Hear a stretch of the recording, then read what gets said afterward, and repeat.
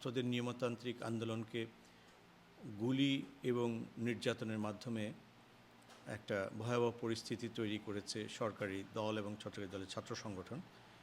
এবং এই যে রক্তাক্ত অধ্যায় রচনা করা হয়েছে ঢাকার পথে এবং বিভিন্ন জেলায় ছাত্রদের রক্তে রাজপথ রঞ্জিত হয়েছে। এই পর্যন্ত শুধু ৩২ জন শিশু কিশোর যাদের বয়স আন্ডার 18, তার মধ্যে 4 বছরের শিশু পর্যন্ত রয়েছে রিয়া গোপ, 6 বছরের শিশু রয়েছে, এরা ৩২ জন শিশু এই ম্যাসাকারে পুলিশের গুলিতে মারা গেছে।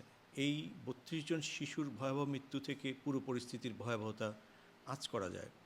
সরকার বলছে 200-এর মতো 200-র মতো মারা গেছেন ছাত্র এবং অন্যরা, কিন্তু বেসরকারিভাবে এই হিসাবটি কয়েক গুণ হতে পারে বলে ধারণা করা হচ্ছে, কারণ ডেথ রেজিস্টারগুলো নিয়ে গেছে পুলিশ। মৃতের সংখ্যা কত সেটা আমরা জানি না, নিশ্চিত হতে পারছি না।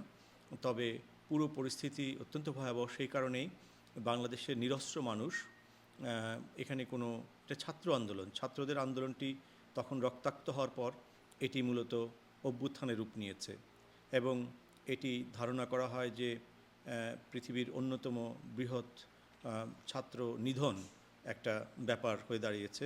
সুতরাং এই ঘটনাটি সারা পৃথিবীতে কিন্তু ইতিমধ্যে ছড়িয়ে পড়েছে। বিশেষ করে বাংলাদেশের যে 1.5 কোটি মানুষ, তারা কিন্তু এখন বাংলাদেশকে রক্ষার জন্য, তাদের স্বজনদের রক্ষার জন্য ঝাঁপিয়ে পড়েছেন প্রত্যেকটা শহরে, প্রত্যেকটা দেশে।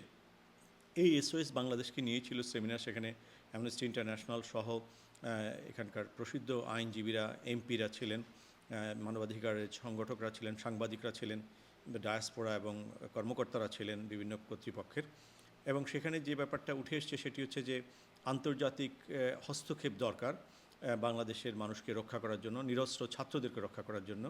এবং আগামী দিনগুলো আরও বিভীষিকাময় হতে পারে, যেহেতু শ্যুট অন সাইট এখনও আছে। সরকার শ্যুট অন সাইট দেখা মাত্র গুলির নির্দেশ দেয়া আছে, কারফিউ চলছে দিনের পর দিন।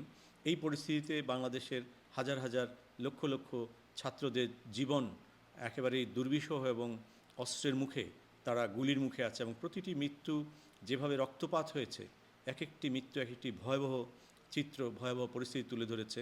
একটি শিশু অথবা একটি ছাত্রকে কি সরকার জীবন ফিরিয়ে দিতে পারবে? তারা তো বৈষম্য বিলোপ চেয়েছিল এবং বৈষম্য বিলোপের জন্যই তো বাংলাদেশের জন্ম হয়েছিল। সেই বাংলাদেশের জন্মের আদর্শ, সংবিধান রক্ষার যে আদর্শ এবং সংবিধানে যে না হওয়া, বিরাগের বশবর্তী না হওয়া, অনুরাগের বশবর্তী না হওয়া ইত্যাদি যে শপথ আছে, সমস্ত শপথ সমস্ত কিছু ভঙ্গ করে খুন খারাপির মাধ্যমে সরকার হাত আসলে রক্তাক্ত হয়ে গেছে। এবং সরকারি ছাত্র সংগঠন সারা দেশে আজীবনের জন্য নিষিদ্ধ করার জন্য, ছাত্রলীগকে নিষিদ্ধ করার দাবি এখন সারা ক্যাম্পাসগুলোতে সমস্ত বাংলাদেশে জোরদার হয়ে আছে। এই পুরো পরিস্থিতিতে আন্তর্জাতিক হস্তক্ষেপ খুবই জরুরি, বিশেষ করে ছাত্রদের রক্ষার জন্য, সাধারণ মানুষকে রক্ষা করার জন্য।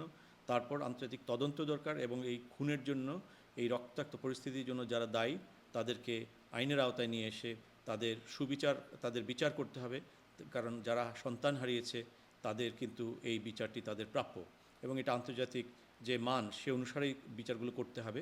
একটা কথা এসছে, দাবি এসছে এবং এটা খুবই অত্যন্ত গ্রহণযোগ্য, সেটি হচ্ছে যে যেই সরকার নিজ উদ্যোগে শ্যুট অন সাইট করে মানুষগুলোকে হত্যা করে, সেই সরকার কিভাবে এই হত্যাকাণ্ডের বিচার করবে? সরকার নিজেই যেখানে খুনি, ডক্টর সলিমুল্লাহ খানের মতো মানুষ বলছেন সরকার নিজেই যেখানে খুনি, তার কাছে আমরা বিচার পাবো না, বিচার চাইতেও এটা নিষ্ফল। সুতরাং তাদেরকে পদত্যাগ করেই এই বিচার নিশ্চিত করতে হবে এবং এই ছাত্র হত্যা বৃথা যাবে না। ছাত্র হত্যা বাংলাদেশের মানুষ কোনোভাবেই বৃথা যেতে দেবে না। এটাই ছিল মূল কথা এবং এর জন্য আন্তর্জাতিক কর্তৃপক্ষ যারা ছিল, বিশেষ করে ব্রিটিশ গভর্নমেন্টের বিভিন্ন কর্তৃপক্ষ, এমপিরা, তারা সকলেই সমন্বিতভাবে এই বিষয়গুলোকে তারা আলোচনা করেছেন এবং তাদের উদ্বেগ এবং তারা কর্তৃপক্ষকে এই ব্যাপারে ব্যবস্থা গ্রহণের জন্য অনুরোধ করছেন। এবং সর্বশেষ যেটি ছিল যে যুক্তরাজ্যের সঙ্গে বাংলাদেশের যে কূটনৈতিক স্ট্যান্ডার্ডাইজেশন, যেটা কূটনৈতিক মানকে নামিয়ে নেওয়ার জন্য পর্যন্ত আলোচনা হয়েছে। কারণ যেই পর্যায়ে কূটনীতিটা আছে সেই পর্যায়ে রেখে, যেহেতু বাংলাদেশের যে বর্তমান সরকার সেটি আন্তর্জাতিক মানে আইন এবং যে নিয়মকানুন অনুসারে সরকার পরিচালনা করছে না, জনগণের উপর নির্যাতন এবং খুন খারাপি চাপিয়ে দিচ্ছে।